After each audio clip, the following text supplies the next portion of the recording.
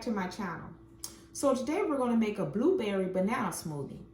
It consists of just a few ingredients that you probably already have in your fridge. It consists of orange juice. We're going to use a banana. We're going to use flax seeds. We're going to use a cup of vanilla yogurt. And we're going to use some blueberries. So let's get started. So we're going to get in a cup of orange juice. We're going to get in a banana. We're going to put in our vanilla low-fat yogurt.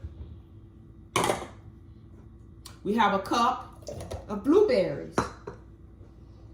And we have 2 teaspoons of flax seeds. So let's blend.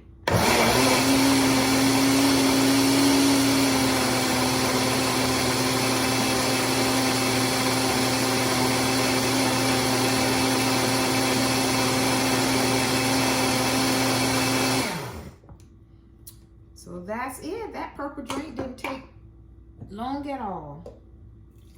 You have the wonderful blueberries in there. That's great for your immune system. Thanks for watching.